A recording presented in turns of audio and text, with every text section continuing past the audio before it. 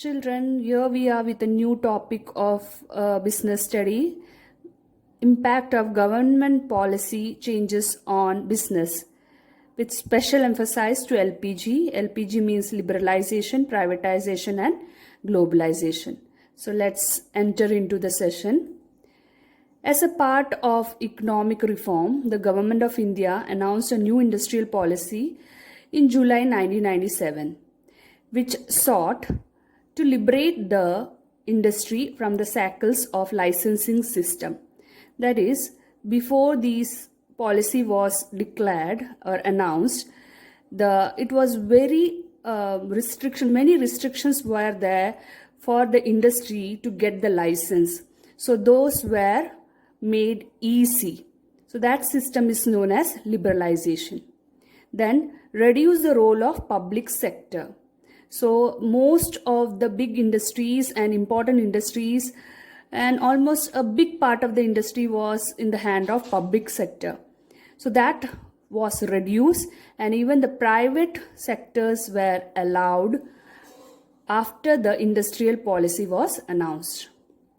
Then the third point, encourage foreign private participation in industrial development. So even foreign investors were invited for the industrial development in our country or throughout the world. So that is known as globalization.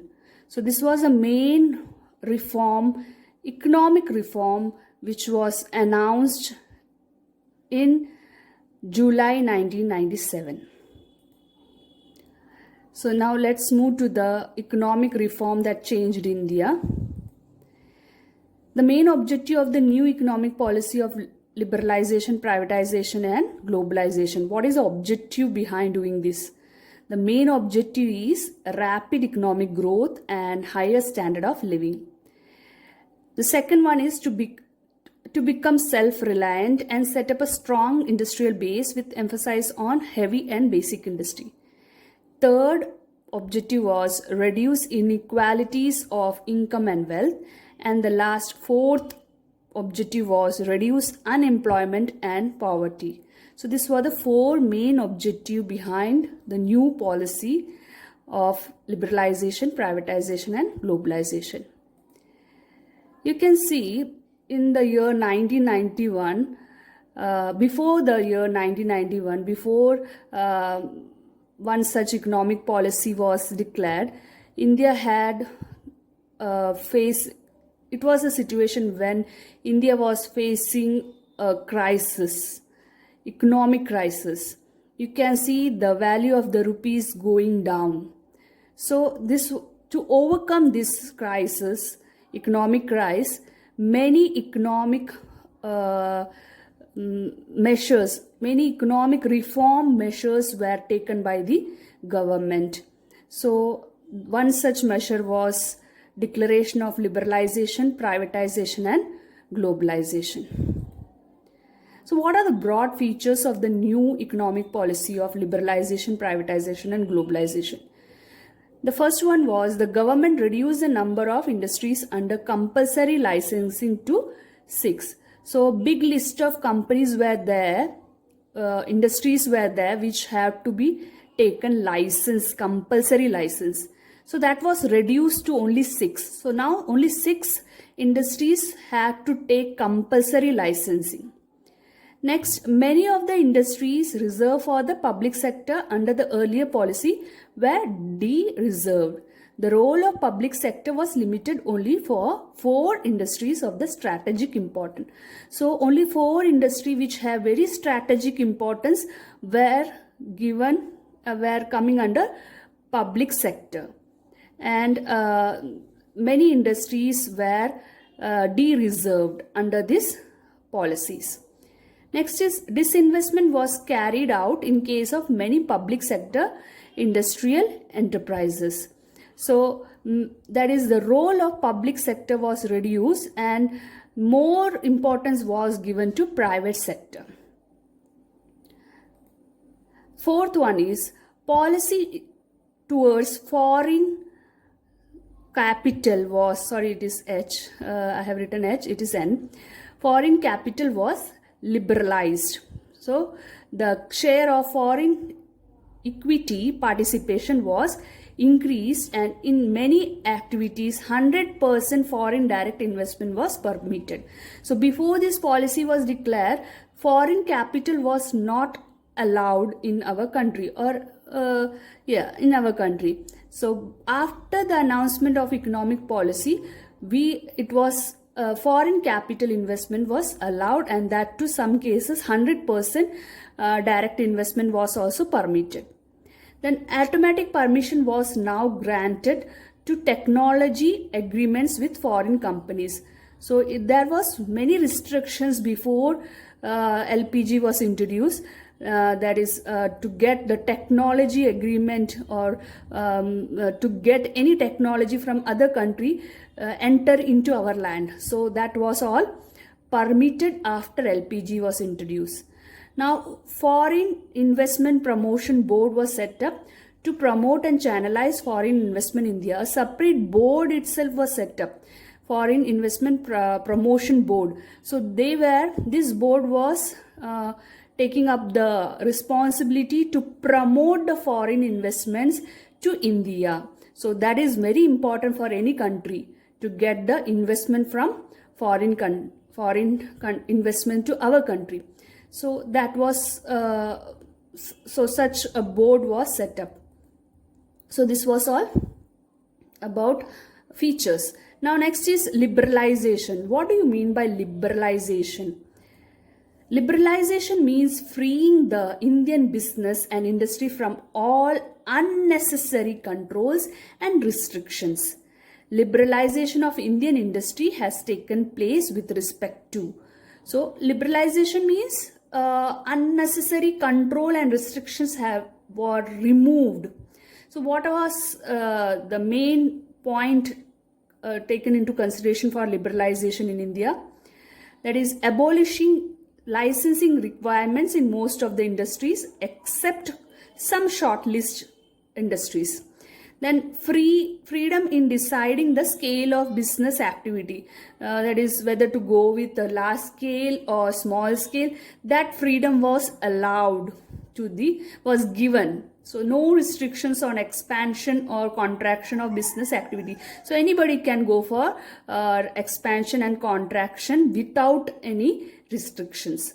The removal of restrictions on the movement of goods and services. There were many restrictions for the movements of goods and services. So those were all removed. So that was all because of the liberalization. Then freedom in fixing the price of goods and services was given to the manufacturers. Then reduction in tax rates and lifting of unnecessary control over the economy. So tax were reduced and unnecessary controls were removed.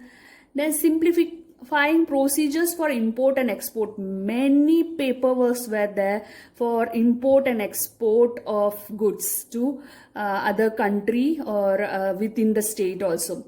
So these procedures were simplified after the introduction of liberalization.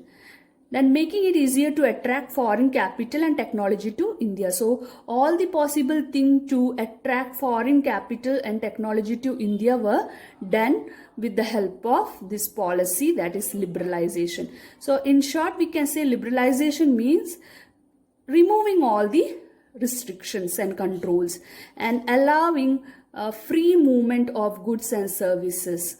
So that is very important for any developed country. The next concept is privatization. What do you mean by privatization? Privatization means giving greater role to the private sector in the nation building process and reducing the role of public sector. So there are two things which is coming over here.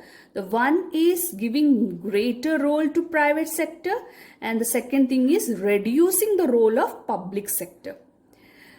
To achieve this, the government adopted the policy of planned disinvestment, which means transferring the public sector enterprises to the private sector. So you have seen many of the public sector enterprises are converted into private sector. Recently done was BSNL, which was under public sector, have been transferred into private sector. It results in dilution of stock of the government in the public enterprise. If there is a dilution of government ownership beyond 51%, it would result in transfer of ownership and management of enterprise to the private sector. So if it is the ownership of that company is coming beyond 51, that ownership of that company will transfer into the private sector. So this is what privatization means. So giving more importance to private sectors and reducing the role of public sector. Next is the globalization. Globalization is a very important concept because only because of that we are able to use the Microsoft developed by Microsoft company product which is developed somewhere in America we are using here. Not only that, many product which is available in other country like Samsung phone and Nokia and Coca-Cola which we have as a soft drink and Toyota company, this all product we are using just because of the globalization. Globalization means integrating the various economies of the world, leading towards the emergence of a cohesive global economy. So here we are integrating the economies of the world. Till 1991, the government of India has allowed a policy of strictly regulating imports in value and volume terms. These regulations were with respect to licensing of import, tariff restrictions, quantitative restrictions. So there were many regulations in respect of giving license for imports and allowing there were tariff restrictions and also the restrictions in quantity of goods to be imported. So that was the case before 1991 and before the announcement of globalization. The new economic reform aimed at trade liberalization were directed towards import liberalization, export promotion through rationalization of tariff structure, and reform with respect to foreign exchange so that the country does not remain isolated from the rest of the world. So these three areas were given more liberal or made more liberal. Globalization involves an increased level of interactions and interdependence among the various nations of the global economy. So we can interact and interdepend on the other nations for satisfying some of our need. A truly global economy implies a boundary-less world where there is free flow of goods and services across nations, free flow of capital across nations, free flow of information and technology, and free movement of people across borders. So this all are presently we are actually we can see these all things happening in our country. Free flow of movement of people to other country. Even our students are moving some other places to study, and there is a free flow of information and technology also from other land is coming to our land, and our product is moving to some other country, and we are earning foreign currencies or foreign exchange for our country's development.